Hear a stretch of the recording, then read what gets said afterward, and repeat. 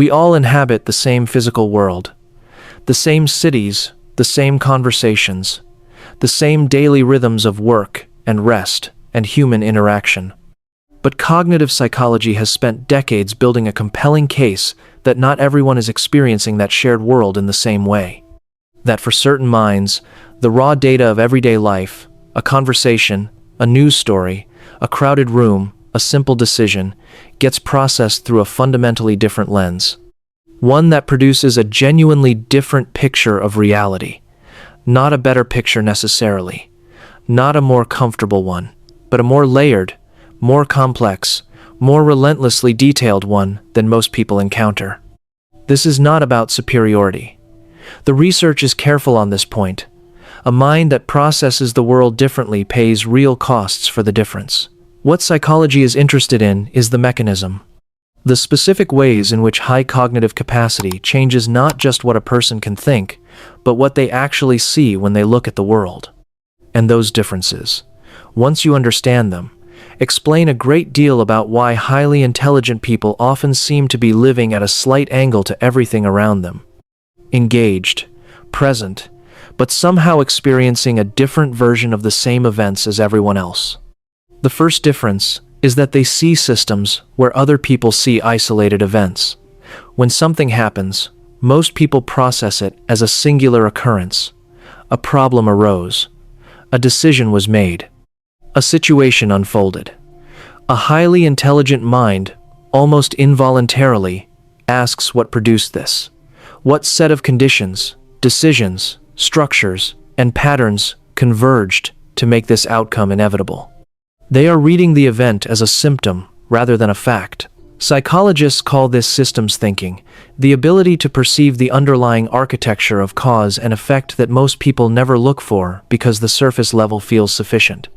The result is that highly intelligent people are rarely surprised by the second and third order consequences of something because they were already tracking those consequences before the first order consequence had fully landed.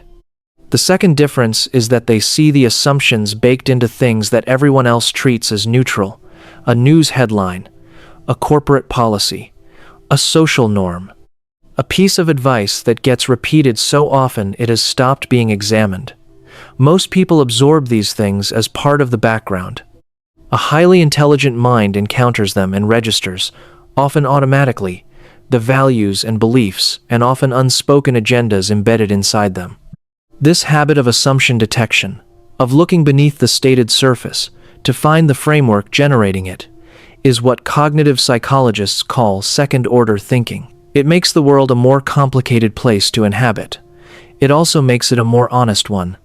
The third difference is that they see probability rather than certainty. Most people, when they encounter a claim or a prediction or a confident assertion, process it in binary terms. It's true or it isn't. It will happen or it won't. A highly intelligent mind is far more likely to hold information in probabilistic terms. How likely is this? Under what conditions does it become more or less likely? What's the confidence interval on this claim? This way of seeing the world is deeply rooted in statistical reasoning, and research in cognitive science has consistently shown that it correlates strongly with measured intelligence. The world seen through a probabilistic lens is more uncertain, but more accurate. And living with that calibrated uncertainty, rather than reaching for false confidence, is one of the quieter disciplines a sharp mind imposes on itself. The fourth difference is that they see the gap between what people say and what people mean with unusual clarity. Language is imprecise. People communicate in shortcuts, in implication, in carefully managed omission. Most people take language at relatively close to face value.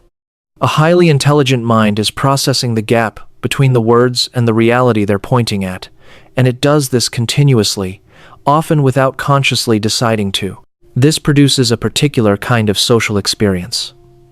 Conversations feel richer and more layered, but also more exhausting, because when you are tracking what is being said and what is being implied and what is being deliberately not said, all at the same time, a simple exchange carries significantly more cognitive weight than it does for people operating on a single channel.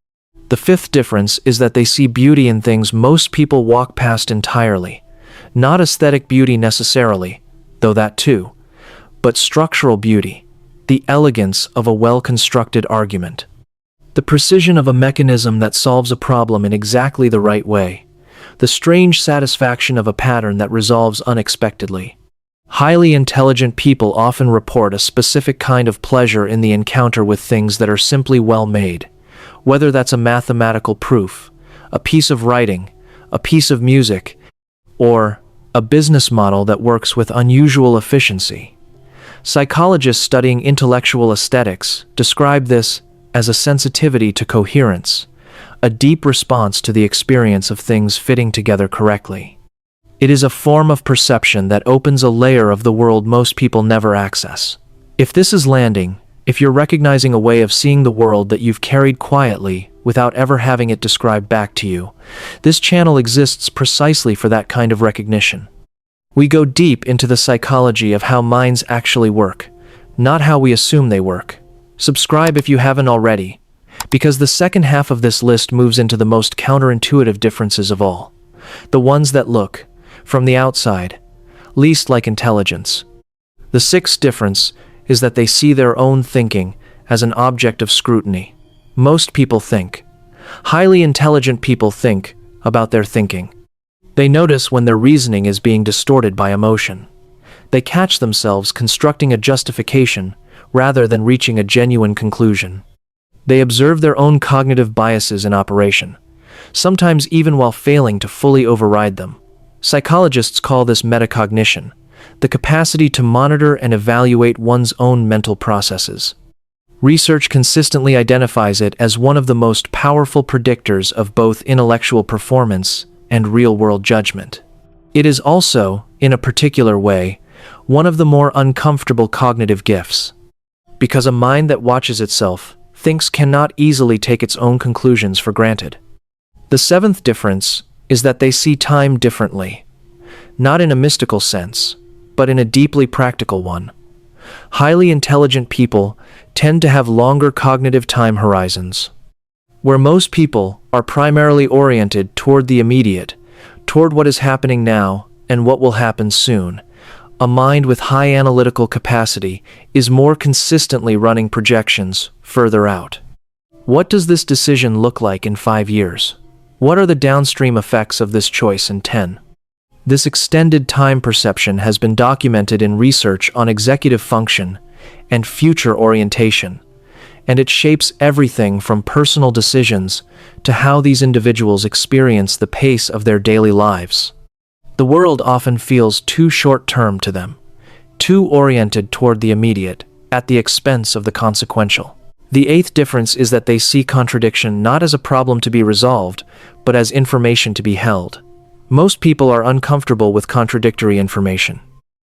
The brain has a strong drive toward consistency, and contradiction creates a kind of cognitive friction that most people move quickly to eliminate. Highly intelligent people are more able to sit inside that friction without immediately reaching for resolution, to hold two contradictory things simultaneously, and allow them both to be true in different respects. Psychologists call this dialectical thinking, and research in wisdom studies identifies it as one of the most advanced forms of human cognition. It allows for a more accurate picture of complex reality, and it is genuinely rare. The ninth difference is that they see what could be as vividly as what is. A highly intelligent mind is almost always running a parallel track alongside present reality, one populated by what the situation could look like if certain variables changed, what this person could become, what this organization could achieve, what this problem could look like if approached from a different angle entirely. This imaginative projection, this constant mental simulation of alternative realities, is both the source of genuine creative and strategic power, and the origin of a persistent restlessness. Because once you can see clearly what could be, what actually is tends to feel perpetually unfinished. And the 10th difference, the one that quietly shapes all the others, is that they see the world as something that requires understanding rather than something that simply has to be navigated. Most people move through life with the primary goal of managing it, getting through the day, handling what comes up, maintaining stability. A highly intelligent mind is doing something additional. I am trying to understand the day, to extract meaning from what happened, to build a more accurate model of how things work. This orientation toward comprehension rather than mere navigation is perhaps the most fundamental difference of all. It makes life richer in some respects and significantly more demanding in others. But it also makes it impossible for these minds to simply be passive. The world, for them, is always asking to be understood, and they cannot help but try. Here's what psychology ultimately offers us. Intelligence is not a single thing, and it is not a simple advantage. It is a particular way of encountering reality, one that opens certain doors and closes others. One that produces insight, and also produces loneliness. One that makes the world more legible, and simultaneously more overwhelming. The highly intelligent people around you are not living in the same world you are. They are living in a more complicated version of it. And understanding that, really understanding it, changes how you see them entirely. Hit the like and subscribe button, and I'll see you in the next one.